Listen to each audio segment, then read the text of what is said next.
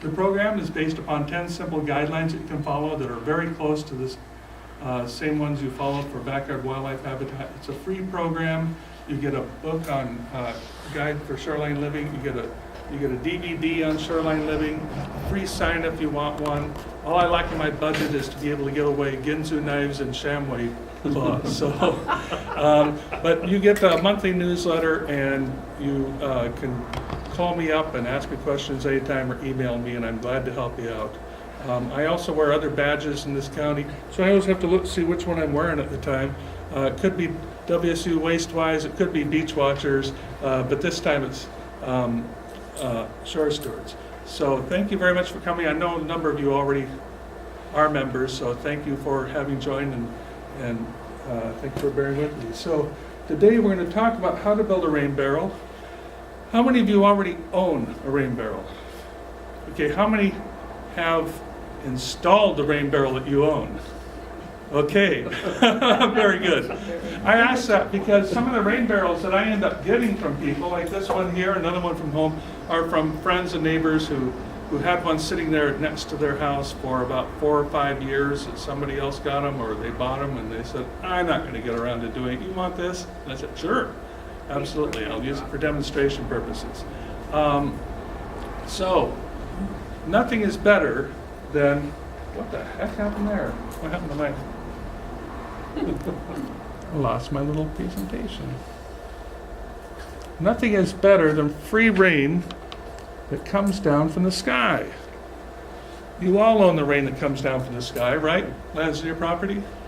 No, you don't. The state owns that rain. And there was a magic date, and the magic date was October 9th of last year, and on that date, the state changed the rules that have been in effect since 1914, 1917. They changed the rules to allow everyone in the state to be able to put in a rain barrel and collect their water legally.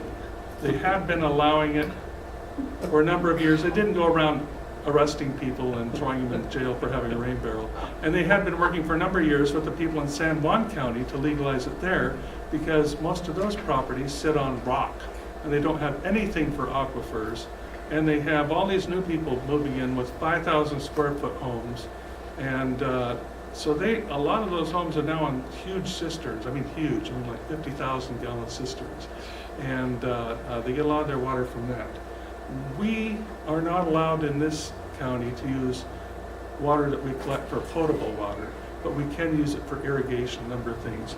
I give this presentation fairly often. Sorry I didn't get to change it to saying backyard wildlife habitat presentation, but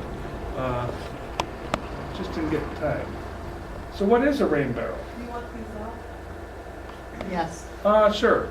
Or just part of it. Oh. But or leave one on, because I'm going to go back and forth between demonstrating and PowerPoint. Which one do you? In the back. You can leave the one in the back on.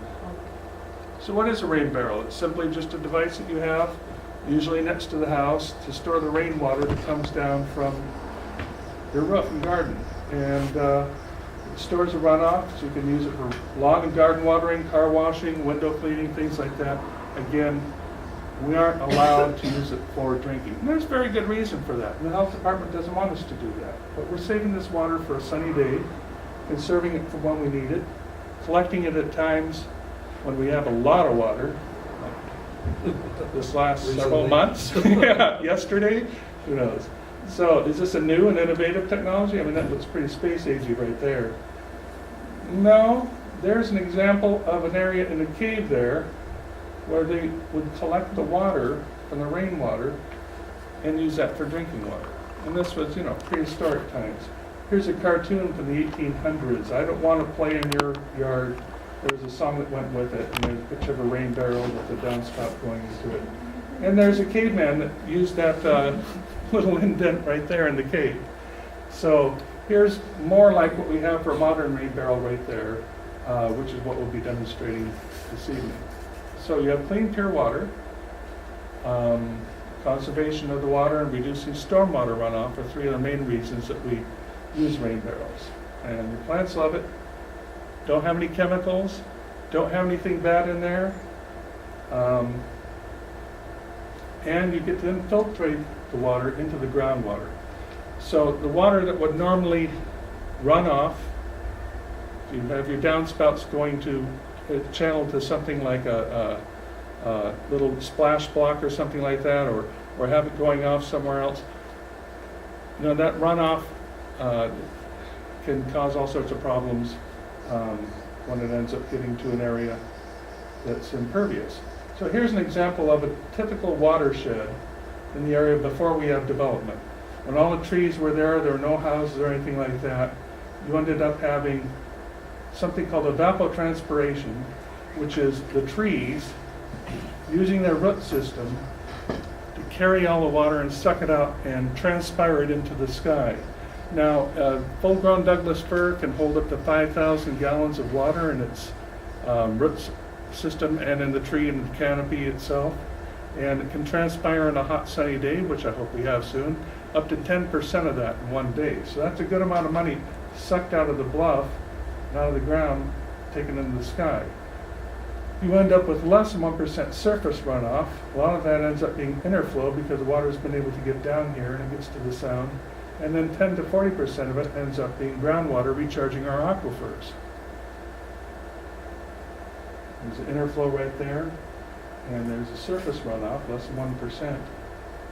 Now, after development, after you put in a house, put in driveways, all of that, same precipitation coming on down. You don't have as many trees, so the evapotranspiration has decreased dramatically. Less, around 20%. The interflow has gone from 0 to 30%, because a lot of that is just going down the driveway, and surface runoff has increased from less than 1% to approximately 30%. So all of that water, stormwater, ends up going down the sound, but can end up causing a lot of problems and erosion on the way. So that's the water that's shed from impervious surfaces, and that contributes to what they call non-point source pollution of our streams in Puget Sound. You might think that that's all just pure water, but there are problems with that too. I'll talk about that. But when the water ends up going through it over a driveway, it picks up all the oil, gas, antifreeze, anything else that's dripped from the cars onto the pavement. If you've been spreading fertilizers or pesticides or anything like that, some got onto the driveway, that water ends up carrying on down to storm drains or any other method and goes down into Puget Sound. And that's one of our largest sources of water quality problems. Nice little doggy right there, but that's typical what you see in a lot of areas, particularly parking lots of stores and such. So runoff can also contribute to slides and erosion, particularly if a pipe breaks along the way. Often communities will have systems where they carry a lot of their runoff from the community on down to the beach. And if a slide happens, it can break off the pipe in the middle of the winter, in the middle of the night. People don't even know about it until several days later when somebody goes and sees all the ground that's been sluiced down, which happened in our community several years ago. So here's a typical community like that right there.